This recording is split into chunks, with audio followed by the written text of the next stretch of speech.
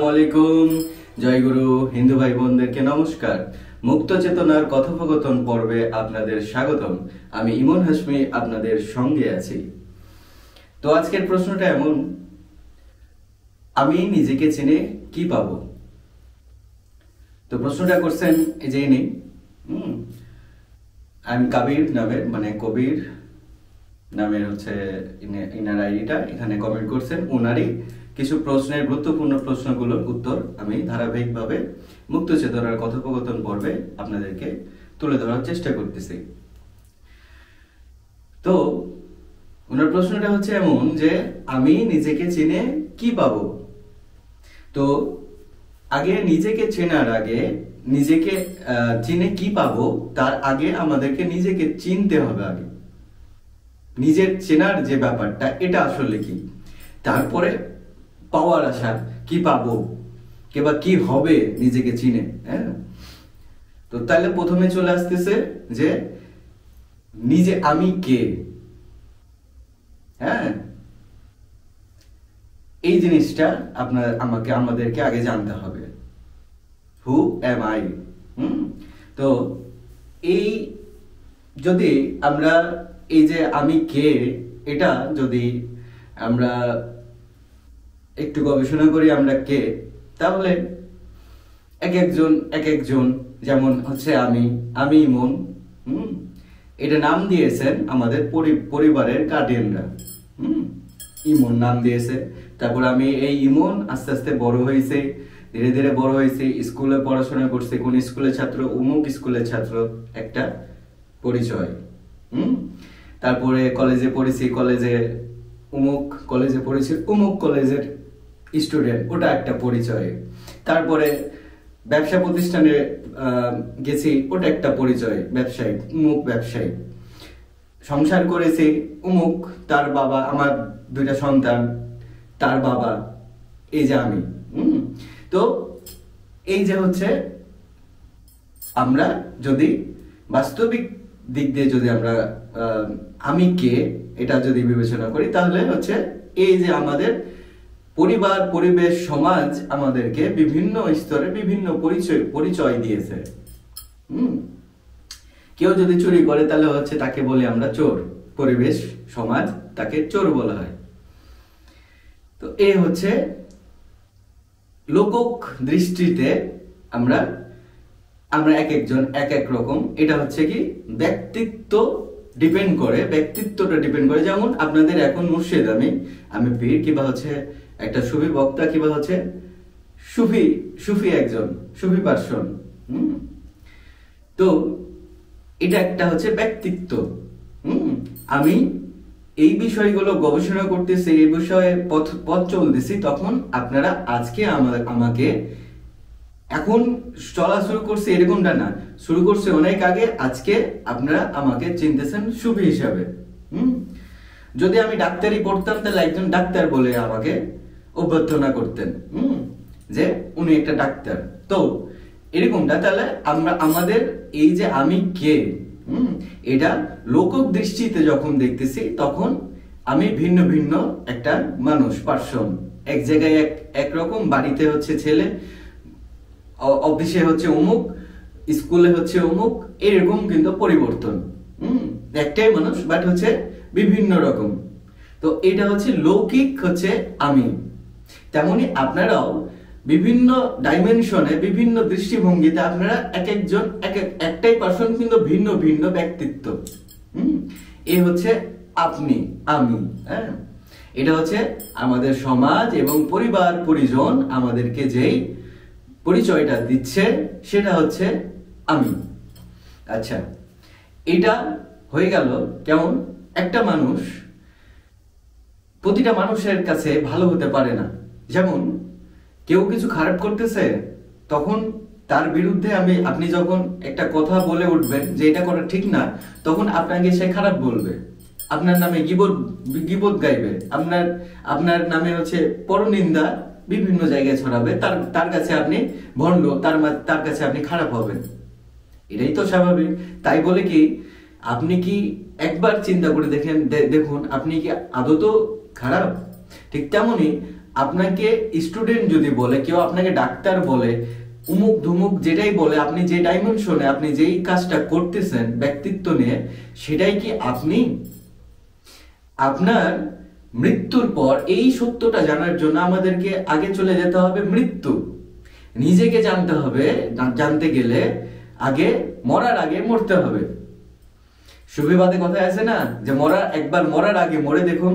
হ্যাঁ, তো আমি ওই কথাটার আজকে সূত্র আপনাদেরকে ধরাই দিই।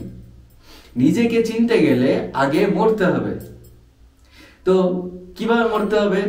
গলায় ফাঁসি দিয়ে, ঠিক আছে, বিষ পান করে, ঠিক আছে, জিহাদ কইরা দিয়া হচ্ছে না বুঝে জিহাদ করে দিলাম, দিয়ে মইরা গেলাম, এরকমটা?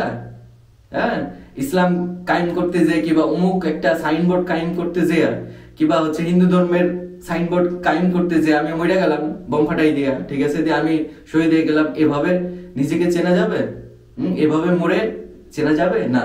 এই মরার কথা বলে নাই। কোন মরার কথা বলা হয়েছে?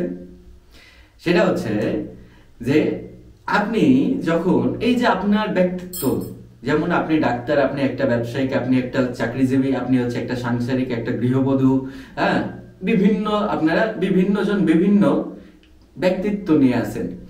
আপনি যেদিন মারা যাবেন, ঠিক আছে, সেই সময় সেদিন তার কিছুক্ষণ পর যখনই আপনার এই দম নাক দিয়ে বের হয়ে যাবে, তখন আপনার একটাই পরিচয় থাকবে। আপনার এই ডাক্তার, আপনার ইঞ্জিনিয়ার, আপনি ব্যবসায়ী, আপনি একটা কর্মঠে, আপনি হচ্ছে সাংসারিক, এগুলো কিচ্ছু আপনার সাথে যাবে না। একটাই ব্যক্তিত্ব থাকবে তখন, মুর্দা লাশ। বডিটা হচ্ছে মুর্দা লাশ। কয়েকদিন পর আপনাকে তখন দাফন করে দেবে কিছুক্ষণের মধ্যে।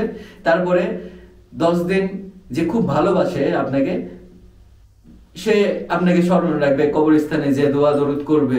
তারপরে 10 বছর যাবে, তারপরে 10 বছর যখন চলে যাবে এভাবে আস্তে আস্তে, তখন 10 বছর পর ওই যে ভালোবাসতো সেও আর যাবে না ওই কবরস্থানের ওখানে। এটাই কিন্তু নিয়তি। আপনার এটাই কিন্তু সত্য কথা বলতেছে, আপনারা দেখুন একটু ভালো করে। হ্যাঁ, যদি আপনি আবার একটু ওইরকম ধরনের মানুষ হন, আপনি ওলি আল্লাহর মতো মানুষ হন, তাহলে হচ্ছে আপনার রওজা শরীফের ওখানে যে তখন কবর বলা যাবে না। কারণ নবী যারা হচ্ছে আল্লাহ ওলি, তাদেরকে মৃত বলতে হয় না, এবং তাদের ওটাকে কবর বলতে হয় না, রওজা বলতে হয়, কারণ ফুলের বাগান ওইটা।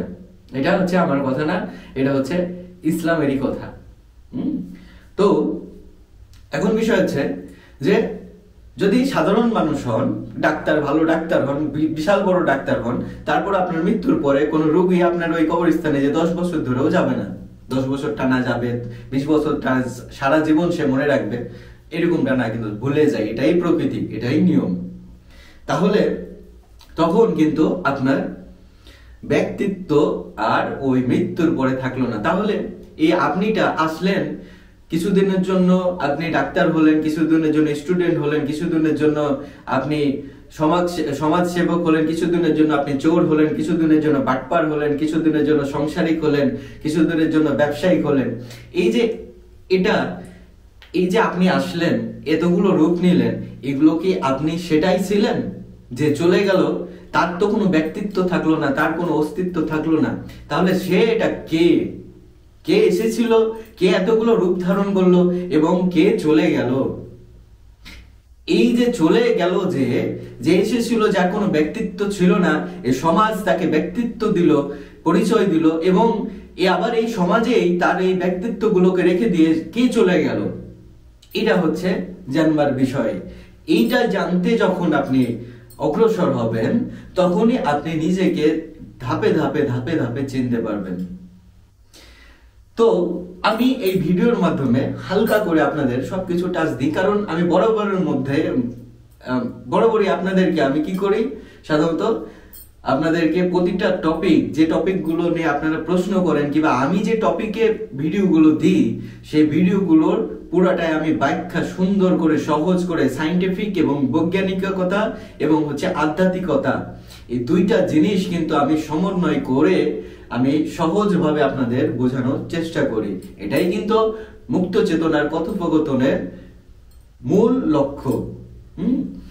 তো এই যে আমি আসলাম, এই সমাজে আসলাম, আপনারা আসলেন, মায়ের পেটে আসলেন, তার আগে আপনি কোথায় ছিলেন জানেন না। আপনি এবং মৃত্যুর পর কোথায় চলে যাচ্ছেন জানেন না।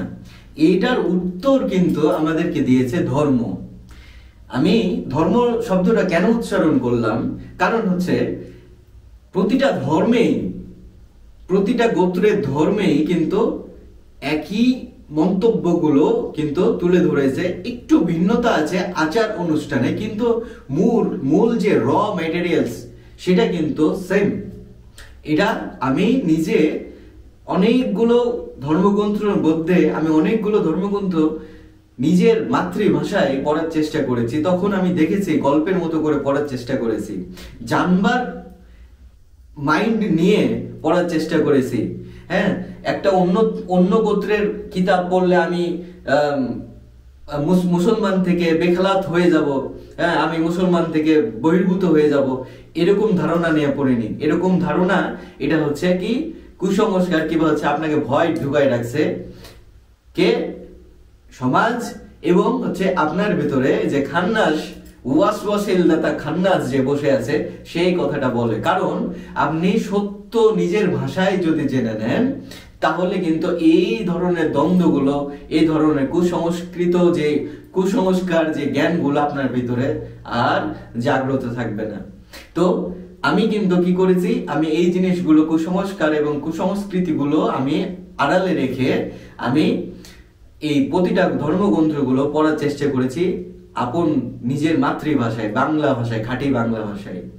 হ্যাঁ, দিয়ে তখন দেখেছি যে প্রতিটা গোত্রে এই যে পরমেশ্বর যাকে বলছে ভারতীয় সংস্কৃতি ভাষায়, যাকে আরবি ভাষায় আমরা আল্লাহ বলি, আর যদি পশ্চিমার দিকে চলে যায় তারা গড বলে ইংলিশে, ঠিক আছে।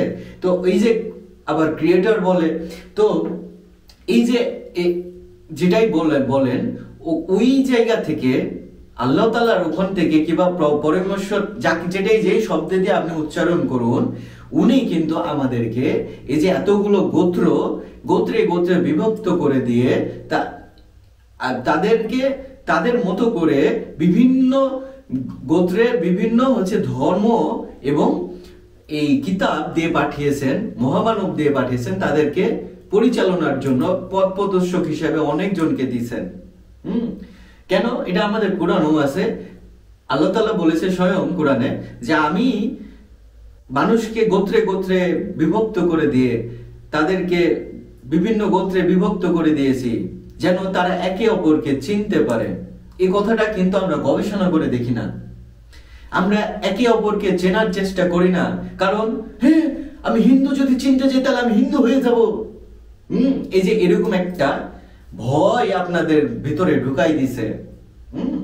এই জন্য হচ্ছে আপনারা এই বিভিন্ন সংস্কৃতিগুলো বুঝতে পারেন না। আল্লাহ তাআলা কিংবা সৃষ্টিকর্তা কিংবা পরমেশ্বর কি জিনিস চেয়েছেন, কি বুঝাইছেন আপনাদেরকে, এটা আপনারা বুঝতে পারেন না। যাই হোক, আমি ওই কথায় না যে আমি এই কথায় চলে আসি নিজেকে চেনার কথাটা। কারণ নিজেকে এতগুলো কথা বলতেছি কারণ আছে যে নিজেকে চেনার কথা জানতে গেলেই এই যে এতগুলো জিনিস তত্ত্ব বের হয়ে আসে। তো যাই হোক, এই যে আল্লাহ তাআলা আমাদেরকে কিন্তু ঠিক আছে যে বিভিন্ন গোত্রে বিভক্ত করে দিয়ে বিভিন্ন গোত্রে বিভিন্ন টাইম টেবুলার পথ প্রদর্শক দিয়ে পাঠাইছেন। তো ইনি কিন্তু আমাদেরকে বলেছেন,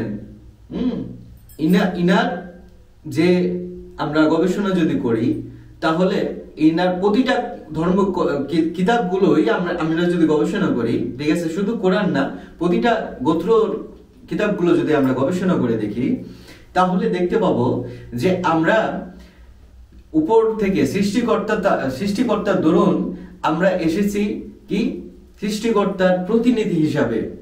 এটা হচ্ছে মূল পরিচয়। আমরা সাধারণত আমি কে আমাকে চিনার যে ব্যাপারটা, এটাকে কত তরিকা, কত সিস্টেম, কত কথার মধ্যে পেঁচাইয়া আমরা এই জিনিসটাকে এত কঠিন করে দিছি যে এখন কাউকে যদি বলতে যাই যে নিজেকে চেনো, তখন বলবো হেড বাড়া এর পাগল হইছিস নাকি, আমি কি নিজেকে চিনা কি করতাম, হ্যাঁ আমি তো আমি নিজেকে চিনা কি করতাম, তুই গাঁজা খেয়া বকতেছোস, এরকম কথা বলে। কিন্তু ব্যাপার হইছে যে আসলে এই যে এই বিভ্রান্তগুলো ছড়ানোর কারণটাই হচ্ছে আমরা, কারণ আমরা একটা সহজ জিনিসকে অনেক ক্রিটিক্যাল এইভাবে ওইভাবে মানে আমরা জিনিসগুলোকে প্রচার করেছি। যেমন হিন্দুদের হচ্ছে সনাতনী ভাইদের বোনদের দেবদেবতার যে কাহিনীগুলো আমরা যে চ্যানেলে দেখতে পাই, যে কল্পনার যে কাল্পনিক যে চরিত্রগুলো দেখায়, সেগুলোকে আমরা মনে করি যে এরকমটাই। যেমন শ্রীকৃষ্ণের কথা বলি, শ্রীকৃষ্ণ কিন্তু আদত কিন্তু আপনার মতো আমার মতো মানুষের জন্ম নিছে। জন্ম নিয়ে তিনি কিন্তু রাজার ছেলে ছিলেন, তিনি এক সাধন মার্গে যাওয়ার জন্য তিনি তার রাজার যে তার পিতার যে ওই অবস্থা ওটা ছেড়ে দিয়ে জঙ্গলবাসে যে সাধনা করে।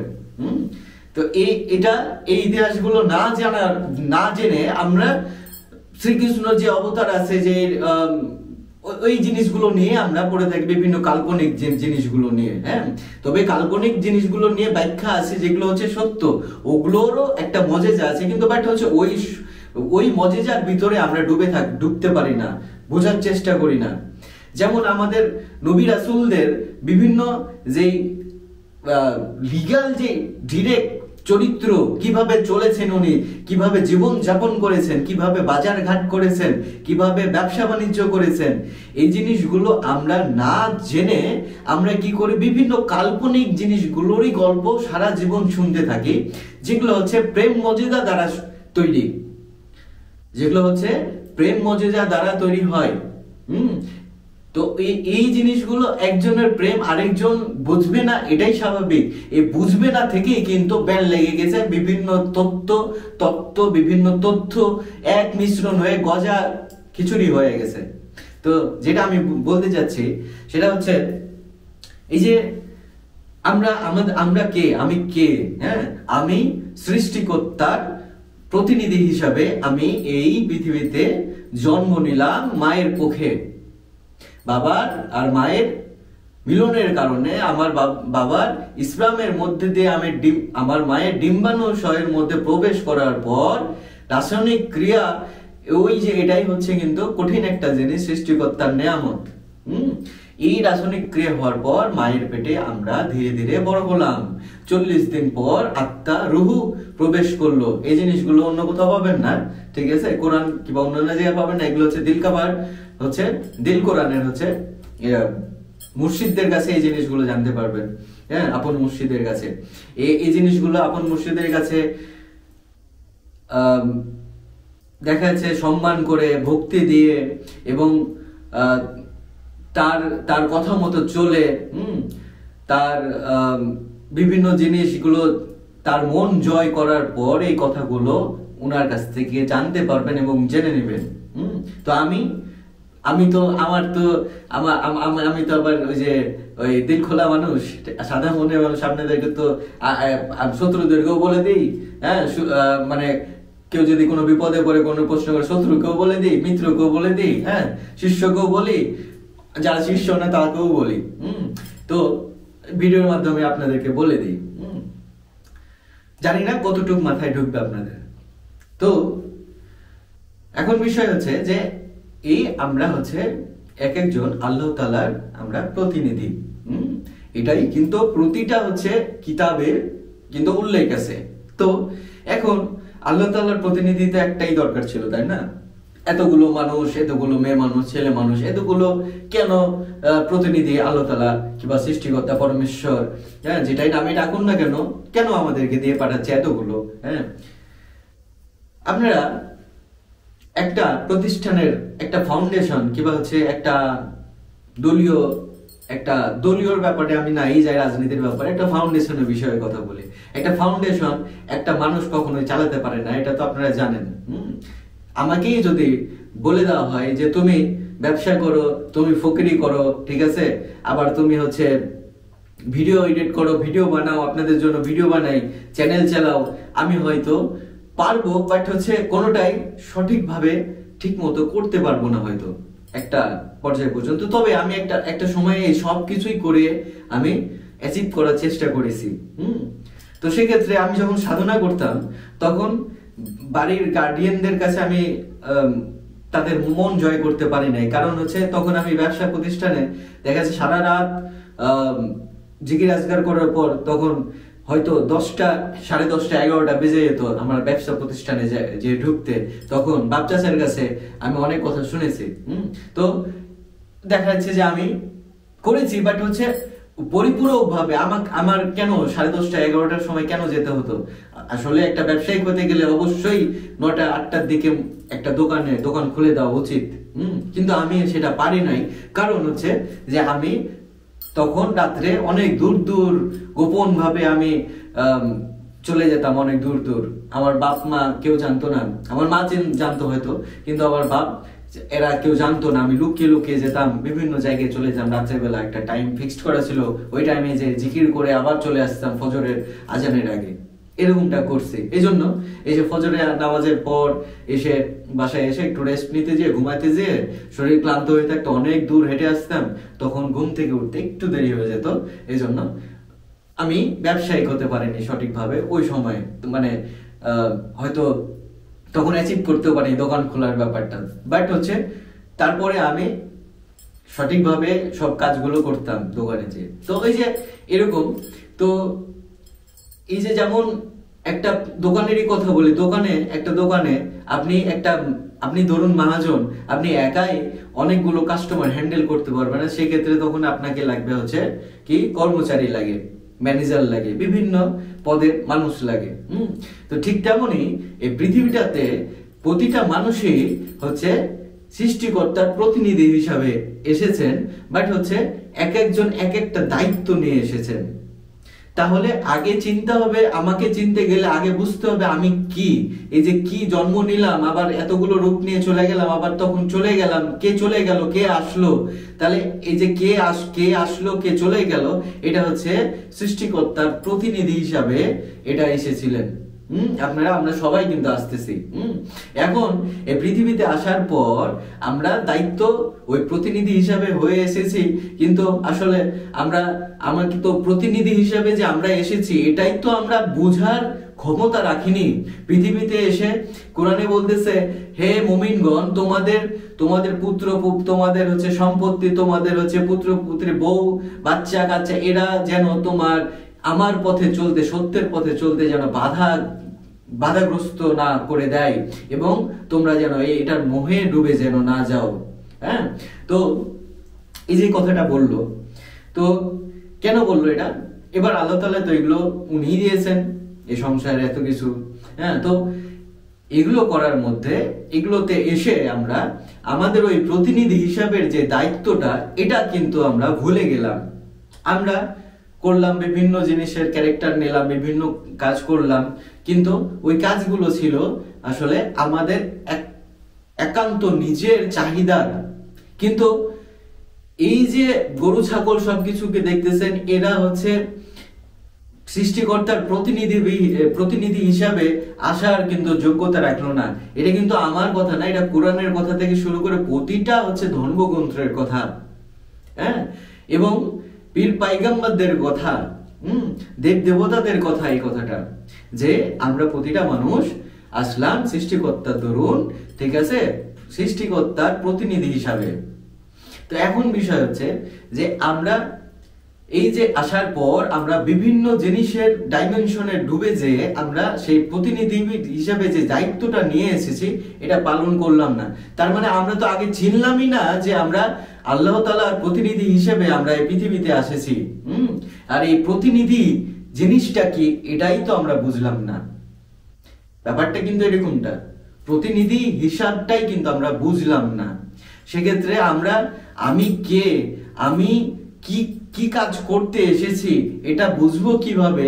আর এই যে আমার যে দর্শক প্রশ্ন করেছে আমি নিজেকে চিনে কি পাবো, ঠিক আছে, এটা তো আরো দূরের কথা। আমি নিজে যে প্রতিনিধি হিসাবে হয়ে এসেছি আল্লাহ তাআলার, ঠিক আছে, পাওয়া তো দূরের কথা, কি পাবো, কি খাইলাম, কি পাইলাম, এটা তো পরের কথা। কিন্তু আমরা যে প্রতিনিধি হিসাবে আল্লাহ তাআলার এত বড় শান, এত মর্যাদা নিয়ে আমরা মানুষ জন্ম নিলাম, কিন্তু আমরা বুঝলামই না যে আমরা প্রতিনিধি হিসাবে হয়ে আসলাম এই পৃথিবীতে। আর কি কি করে দুনিয়াবির মত্তই ডুবে যে আমরা আবার চলে গেলাম। তো এখন বিষয় হচ্ছে যে সহজ করে বুঝে গেল যে আমি কে, এই আমি কে চিনতে গেলে আগে চিনতে হবে, জানতে হবে যে আমরা প্রতিনিধি হিসাবে, আল্লাহ তাআলার প্রতিনিধি হিসাবে আমরা এই যে আসলাম, আমি এই যে আল্লাহ তাআলার প্রতিনিধি হিসেবে আসলাম এবং আপনাদের এখন এই যে সত্যগুলো প্রচার করতেছে, এটা হচ্ছে আমার কাজ ছিল। মানুষদেরকে সুস্থ করতেছে, এটা আমার কাজ ছিল। সত্য কথা বলা, এটা আমার কাজ ছিল। আমার হারাম থেকে দূরে সরে যাওয়া, এটা আমার কাজ ছিল। হারামকে বন্ধ করা, এটা আমার কাজ ছিল। সুদকে বন্ধ করা, এটা আমার কাজ ছিল। গরিব মানুষকে সুস্থতা করা, গরিব মানুষের হক আদায় করে দেওয়া, গরিব মানুষকে সাহায্য করা, এটা আমার কাজ ছিল সৃষ্টিকর্তার প্রতিনিধি হিসাবে। এই গাছগুলোকে পানি দেওয়া, এই মাছগুলোকে খাবার দেওয়া, এই জিনিসগুলো আমার কাজ ছিল। আমরা সাধারণত প্রতিটা মানুষের ডাইমেনশনে চলি, আবার কেউ কোনো মানুষের ডাইমেনশনে চলে না, নিজের ডাইমেনশনে চলে। হ্যাঁ, যে মুই কি হুনুরে এরকম চলে, এভাবে চলে। তো এইটাও কিন্তু তার ডাইমেনশনটাও কিন্তু আসলে পরিপূরক না নিজেকে চেনার জন্য। নিজেকে চিনতে গেলে এখন সূত্রে চলে আসছে, এখন একটু কান খুলে এবং মাথা খুলে শুনে নেন। নিজেকে চিনতে গেলে কি করতে হবে? ষড়রিপুর দমন করতে হবে আগে। যে ষড়রিপুটা আমাদের বংশীয় পরম্পরা হিসাবে আমরা পাই। আমরা অনেকজন বলে যে না আমার ভাই খারাপ ছিল, আমার বোন খারাপ ছিল। না, আপনার ভিতরেও ওই জিনিসটাই আছে, কারণ আপনিও ষড়রিপুর নিয়ন্ত্রণে আছেন। আপনার জেনেটিক ভাবে আপনি যে জিনিসগুলো পেয়েছেন, এই জিনিসগুলো কিন্তু আপনার ভিতরে আছে। এই জিনিসগুলো আগে নিজেকে দেখতে হবে। তার মানে কি হলো? সার্চ লাইট দিয়ে হচ্ছে আতসী কাজ দিয়ে আগে নিজেকে দেখা শুরু করে দিলেন ষড়রিপুর নিয়ন্ত্রণ করার জন্য। আচ্ছা, এবার ষড়রিপুর নিয়ন্ত্রণ করার পর তারপরে এই কল্প, এই হৃদয়, এটাকে পরিষ্কার করতে হবে। ঠিক আছে? তো এগুলো কিভাবে হবে? একটা মুর্শিদ ছাড়া কখনোই সম্ভব না, একটা গুরু ছাড়া কখনোই সম্ভব না নিজেকে চেনা। কারণ আপনি ষড়রিপু দমন করবেন কিভাবে? আপনি রাখবেন, আপনি খাবেন, আপনি চাইবেন, আপনি পড়বেন, কিন্তু আপনি জানেন যে অতিরিক্ত খাওয়া খারাপ, অতিরিক্ত রাগে রেগে যাওয়া খারাপ, অতিরিক্ত হাসি খারাপ। এগুলো অতিরিক্ত, তার যে লিমিটটা আপনি কিভাবে বুঝবেন একা একা? এখানে কিন্তু মুর্শিদের দরকার হয়ে যায়, এখানে একটা গুরুর দরকার হয়ে যায়, যে আপনাকে বলবে যে তুমি এটা অতিরিক্ত করতেছো, তুমি এটা করবা না, তুমি এখানে যাও, তুমি ওখানে যাও, ওখান দিয়ে যাও, দরকার হয়ে যাবে। তার মানে নিজেকে চিনতে গেলে একটা আয়নার দরকার হয়। আর এই আয়না কি? আপনার মুর্শিদ। আমরা ভাষাতে বিভিন্ন ভাষাতে বিভিন্ন নামে ডাকতে পারি। আমরা হুজুরও ডাকতে পারি, আমরা মুর্শিদও ডাকতে পারি, আমরা পীরও ডাকতে পারি, আমরা মাস্টার ডাকতে পারি, আমরা টিচার ডাকতে পারি, আমার গুরুজন ডাকতে পারি। কিন্তু একজনকে লাগবে যে আপনাকে চিনতে সহায়তা করবে। কিন্তু মুখ্য বিষয় হচ্ছে আপনি কিন্তু সৃষ্টিকর্তার প্রতিনিধি হিসাবে এসেছেন এই পৃথিবীতে, এবং এই সৃষ্টিকর্তার প্রতিনিধির দায়িত্ব আপনাকে পালন করে যেতেই হবে। যদি না যান তাহলে এই মানব জন্মের পরে কিন্তু আর আসবেন না। তো সেহেতু ঠিক আছে, কেন আসবেন না? কারণ হচ্ছে আমাদের কিতাব, আমাদের হচ্ছে ধর্ম এটাই বলতেছে। আপনি এবার লালন শাহ কিন্তু বলে গেছেন, মানব জন্ম কি আর হবে? বসবো সাধুর পাটে। তো এই মানুষ হয়ে জন্ম নেওয়ার পর, আল্লাহ তাআলার প্রতিনিধি হিসাবে জন্ম নেওয়ার পর, আল্লাহ তাআলার প্রতিনিধি হিসাবে যদি আপনি আপনার দায়িত্ব, আপনি নিজেকে না চিনে আপনার দায়িত্ব যদি আপনি পালন না করতে পারেন, তাহলে আর আশা হবে না। তারাই তখন জাহান্নামে পতিত হবে, নরকে পতিত হবে, এবং তারা সেখানে বারবার জন্ম নেবে, বারবার মৃত্যুবরণ করবে। এটা আমার কথা না, এটা কোরআনের কথা, এটা বাইবেলের কথা, এটা গীতার কথা। পড়ে দেখুন। তাহলে আপনিও জেনে যাবেন। তো তাহলে নিজেকে অবশ্যই চিনতে হবে এই মানব জন্মে এসে, ঠিক আছে, ইবাদত আজগার সবকিছুই করতে হবে, জিকির আজগার সবকিছু করবেন, সমস্যা নেই, কিন্তু নিজেকে চিনে এই জিনিসগুলো করুন, তাহলে আপনার কাজে দেবে।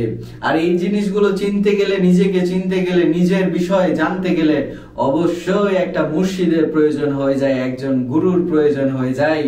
নিজেকে চেনা চারটিখানি বিষয় নয়, নিজেকে যদি চেনে যান তাহলে আল্লাহ তাআলাকে চেনা হয়ে যায়, প্রভুকে চেনা হয়ে যায়। এ কথার অর্থ এতটা সহজ না, অনেক বিশাল বড় এটার অর্থ। কেন এতক্ষণ যে আপনাদের সাথে যে কথোপকথন গুলো করলাম, এই কথোপকথন গুলো শুনে আপনি একটু ভালো করে যাচাই বাছাই করে দেখুন, নিজেকে চেনা এত সহজ না। তো তাহলে এই যে নিজেকে চেনার পর, ওনার যে প্রশ্নটা ছিল, নিজেকে চেনার পর আমি নিজেকে চিনে কি পাবো, ঠিক আছে, তাহলে আশা করি এই উত্তরটা পেয়ে গেছে, নিজেকে চিনে কি পাওয়ার আছে। আমার জাহাঙ্গীর বাবা বামেনাল সুরেশ্বরী বলতেন, হ্যাঁ, যে এখানে কি চাইতে আসছো, এখানে চাওয়ার কিছু না, কি দিতে আসছো এটাই বলো, ঠিক আছে, এভাবে কথা বলতেন। হ্যাঁ, কিন্তু এই কথার রহস্য আছে অনেক। তো গভীরতাটা এরকমটা যে আসলে আমরা ওই যে এই যে কথার সাথে যে মানে যোগটা আছে, সূত্রটা যে নিজেকে চেনে আমরা কি পাবো, ঠিক আছে, তো এরকমটা যে এখানে নিজেকে চেনার পর কিছু পাওয়ার নাই, দেওয়ার আছে। আপনি যখন আপনি একটা চিন্তা করে দেখুন, এই আমরা এত বড় জিনিস কোরআনে আছে, এত বড় জিনিস আমরা দেখেও না দেখার ভান করে কিবা ভুলে যাই। সেটা কি, যে আমরা কিন্তু আল্লাহ তাআলার প্রতিনিধি হিসাবে এসেছি। এটা কিন্তু চারটিখানি কথা না, কিন্তু এটা কিন্তু চারটিখানি কথা না। স্বর্গে যাওয়া, নরকে যাওয়া, জান্নাতে যাওয়ার থেকেও বিশাল বড় একটা জিনিস। এই জিনিসটাই আমরা বুঝে উঠতে পারলাম না। মানব জন্ম নিলাম প্রতিনিধি হিসাবে, আল্লাহ তাআলার প্রতিনিধি হিসাবে, এটা কি চারটিখানি কথা? একবার চিন্তা করে দেখুন, জান্নাত, স্বর্গ এগুলোর ঊর্ধ্বে একটা কথা যে আপনি মানুষ হয়ে আল্লাহ তাআলার প্রতিনিধি হিসাবে এই পৃথিবীতে জন্ম নিলেন। এটা কিন্তু চারটিখানি কথা না। তাহলে এই যে এই জন্ম নিলাম এবং আল্লাহ তাআলার প্রতিনিধি হিসাবে কি করতে আসলাম? শুধু সেজদা ঠুকতে আসলাম, ঘন্টা বাজাইতে আসলাম মন্দিরে, জয়গুরু জয়গুরু বলতে আসলাম না, এগুলো করতে আসি নাই আমরা। এগুলো হচ্ছে যোগ, সেজদা হচ্ছে যোগ, ঘন্টা বাজা হচ্ছে যোগ, জয়গুরু বলা হচ্ছে একটা যোগ, বাট হচ্ছে এটাই পুরা ডাইমেনশন না। এই ইবাদত বন্দিগির মাধ্যমে আপনাকে চিনতে হলো কি, স্বরূপ বন্ধ করলেন, কল পরিষ্কার করলেন, তারপরে হচ্ছে আপনি আপনার ভিতরে খুদ এই হু যেটা আছেন আপনি, এইটা হচ্ছে কি আল্লাহ তাআলার প্রতিনিধি হিসাবে যে দায়িত্ব নিয়ে এসেছেন, তখন আপনার ভিতরে ফসফরিত হবে ফুলের মতো, যে ফুলগুলোর মতো ফুটে উঠবে তখনই। এখন কিন্তু সেটা না বুঝলেও তখন বুঝতে পারবেন আপনার দ্বারা কি চাচ্ছে আল্লাহ তাআলা, আপনাকে কি জন্য এই পৃথিবীতে পাঠাইছে প্রতিনিধি হিসাবে, কি কাজগুলো আপনাকে দিয়ে করতে বলছে। আমি কিন্তু একটু আগে বলেছি যে আমরা প্রতিনিধি হিসাবে এসেছি এই গাছটাকে পানি দেওয়ার জন্য, এই মাছগুলোকে খাদ্য দেওয়ার জন্য, গরিব মানুষকে সুস্থতা করার জন্য, সুস্থ করার জন্য, সাহায্য করার জন্য। এই কাজগুলোই কিন্তু আল্লাহর প্রতিনিধি হিসাবে, মানে আল্লাহ তাআলার অবশ্যই আমাদেরকে যে চালাচ্ছে, আমাদেরকে বাঁচায় রেখেছেন, আমাদেরকে দণ্ডায়িত করতেছেন, আমাদেরকে পুরস্কৃত করতেছেন, এই কাজগুলোই কিন্তু মানবের একটা মানুষের প্রতিনিধি হিসাবে, যেহেতু আল্লাহ তাআলার প্রতি, যেমন আমি যদি একটা ধরুন যে একটা দলীয় প্রতিনিধি যদি হই, আমি একটা অমুক দলের প্রতিনিধি, তাহলে আমি কি ওই দলের কাজগুলো করতাম না? যে কাজগুলো ধরুন যে মূল ঢাকাতে হচ্ছে একটা প্রতিনিধি আছে, এবং ধরুন যে যেমন রাজশাহী, চাঁপাইনবাবগঞ্জ, বগুড়া বিভিন্ন জায়গায় এক একটা করে প্রতিনিধি দেওয়া হয়েছে, যেন ওই কার্যক্রমগুলো ওখানে ওখানে ওখানে ওখানে ওখানে করা যায়। তো আমরা এই যে আসলাম সত্য প্রচার করার জন্য, সত্য বাস্তবায়ন করার জন্য, আমরা এই যে সমাজে যে নেতিবাচকতা যে জিনিসগুলো আছে এগুলো দূর করার জন্য আসলাম। বাট হচ্ছে আমরা কি করি, আমরা সংসারের মোহে ডুবে যেয়ে, আমরা মানুষের মোহে, আমরা নিজের চাহিদার মধ্যে ডুবে যে আমরা কিন্তু এই টোটাল জিনিসগুলো থেকে বাইরে গেলাম। বের হয়ে যে যখন আমাদের দম চলে যাচ্ছে, তখন কিন্তু 40 সেকেন্ড আগে হলো এই জিনিসগুলো ঘুরে মাথায় যে আমি কি করতে আসলাম আর কি হয়ে গেল। একটা কোটিপতিকে দেখবেন, একটা কোটিপতি অনেক স্ট্রাগল করে অনেক বড় কোটিপতি হয়েছে। হয় স্ট্রাগলটা এরকম হয়, চুরি করাটা কিন্তু একটা স্ট্রাগল, ঠিক আছে?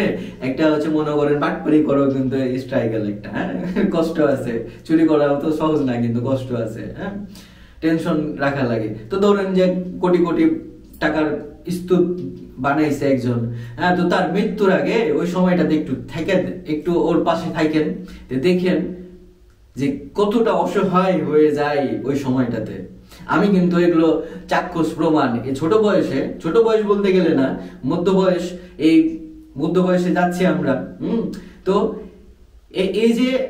এই বয়সটাতে কিন্তু আল্লাহ তাআলা আমাকে এই জিনিসগুলো অনেক সামনাসামনি আমি কিন্তু দেখেছি এই জিনিসগুলো। বিভিন্ন জিনিসের পরিবর্তন, বিভিন্ন জনের রাজত্ব ধ্বংস, আবার নতুন রাজত্ব তৈরি, এই জিনিসগুলো আমি দেখেছি, ফ্যামিলির মধ্যেও দেখেছি যে এত পরিবর্তন গুলা। তো তখন আমি তাদের লাশের পাশে দাঁড়াইতে, আমি যখন তাদের দেহ ত্যাগ করে কিংবা লাশের পাশে দাঁড়াই, তখন কিন্তু আমি দেখেছি যে আরে কোটি কোটি টাকার মালিক আজকে কি অবস্থা। তার মুখে একটু শুনে দেখেন যে তার ছেলে পেলে, তার আত্মীয় স্বজন কিভাবে রাখছে তাদেরকে। তাহলে সে কিন্তু কি করে, মৃত্যুর আগ পর্যন্ত সে কিন্তু বুঝতে পারে, আগে মরে যাওয়ার আগে কিন্তু বুঝতে পারে যে আমি কি করতে আসছিলাম আর কি করে গেলাম। তখন কিন্তু আবার ফেরত আসতে চাই, কিন্তু তখন আর সুযোগ থাকে না।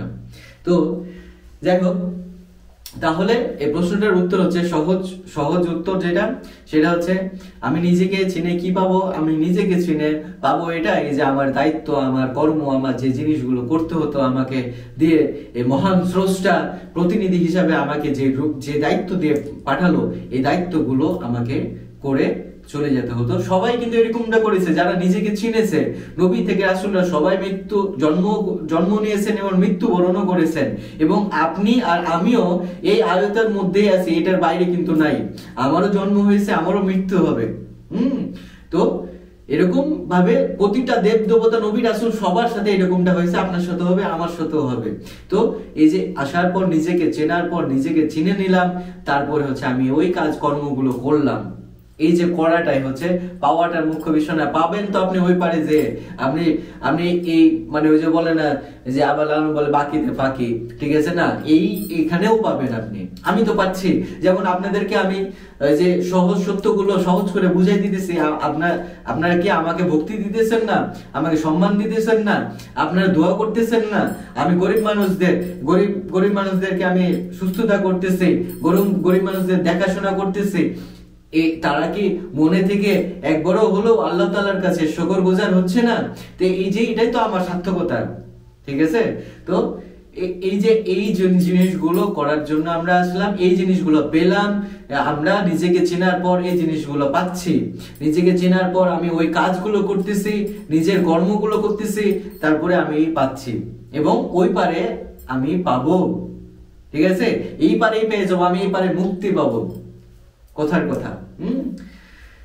কথা না, আসলে একটা ভালো স্টুডেন্ট কতটুক কি লিখলো, ঠিক আছে, বইয়ে, সে কিন্তু বুঝতে মানে পরীক্ষার খাতায় সে কিন্তু জানতে পারবে যে আমি 80তে 100তে 90 পাচ্ছি না, 80 পাচ্ছি না, 70 পাচ্ছি, এটা বলতে পারবে। এই জন্য একটা আমলি মানুষ যদি অহংকারওয়ালা মানুষ, আমলি মানুষ এটা না, কিন্তু যারা শরীরপুকে দমন করে, মানে অহংকার কিন্তু শরীরের মধ্যে একটা জিনিস, এই শরীরপুকে নিয়ন্ত্রণ করে যেই মানুষই আমল করে অগ্রসর হয়েছে, তারা কিন্তু মুখে বলবে না যে আমি জান্নাত চলে যাব, মুক্ত হয়ে যাব। আমি যেমন বলতেছি এরকমটা না, কিন্তু আপনাদেরকে বোঝানোর জন্য বলতেছি। তারা কিন্তু স্যাটিসফাইড থাকে তাদের ভিতরে আত্মহরণ, এবং তারা মৃত্যুর সময় কিন্তু হাসতে হাসতে মৃত্যুবরণ করে। দেখেন যারা এরকম ভালো মানুষ ছিল তারা তারা মৃত্যুর পরে তাদের চেহারাটা জ্বলজ্বল করে জ্বলে, তাদের তাদের মুখের ভাবটা থাকে একটা মানে একটা স্যাটিসফ্যাকশন, যে একটা চেহারাতে ভাব থাকে, মৃত্যুর সময়ও তাদের ওই চেহারাতে ওইরকমটাই থাকে। আর যারা পাপী, যারা হচ্ছে এই জন্মে এসে পৃথিবীতে এসে মানুষের সাথে অত্যাচার, মানুষের কাছে কট করে নেওয়া, ভট করে নেওয়া, মানুষের আত্মসাৎ করে নেওয়া, এতিমদের জিনিস আত্মসাৎ করে নেওয়া, যারা হচ্ছে দুর্বল ব্যক্তিত্ব মানুষ, আত্মীয় স্বজন আছে, দুর্বল ছেলে মেয়ে আছে, তাদের কাছ থেকে জিনিস কেড়ে নেওয়া, তাদের হক মেরে দেওয়া, বর্ণ বিভেদ তৈরি করা ছেলে মেয়ের মধ্যে, বংশের মধ্যে, তাদের চেহারা দেখবেন মৃত্যুর সময় কিন্তু জিব্বা বের করে এভাবে মরে, কিন্তু দেখেন তাদের বিকৃত চেহারা নিয়ে থাকে। এটাও কিন্তু আমি এই জন্মেই, ঠিক আছে, আমি এই বয়সেই কিন্তু আমি এই জিনিসগুলো শিক্ষা দেখেছি, নিজ চোখে দেখেছি, আমার পরিবার পরিজনের এবং সমাজের মধ্যে আমি দেখেছি, এই জিনিসগুলো প্রমাণ পেয়েছি আমি। তো যাই হোক, তাহলে নিজেকে চিনতে গেলে প্রথম সূত্র শর্টকাটে বলে দিই আবারও, নিজেকে চিনতে গেলে আগে জানতে হবে আপনি হচ্ছে সৃষ্টিকর্তার প্রতিনিধি। হ্যাঁ, তো প্রতিনিধি, তো এই জিনিসগুলো প্রতিনিধি হয়ে যে এসেছেন, আপনার কি দায়িত্ব কি কাজ, এই জিনিসগুলো চিনতে গেলে অবশ্যই ষড়রিপুকে নিয়ন্ত্রণ করতে হবে। তারপরে আপনার ভিতরে যে রুহু ফুৎকার করে দিয়েছেন আল্লাহ তাআলা, এই রুহুর ফুৎকার যে রুহুটা, এটা কি আপনাকে দিয়ে করাতে চাচ্ছে, কি করাবে আল্লাহ তাআলা আপনার ভিতরে রুহু হয়ে এসে আপনি কি করাতে চাচ্ছে, সেই দিন আপনি বুঝতে পারবেন।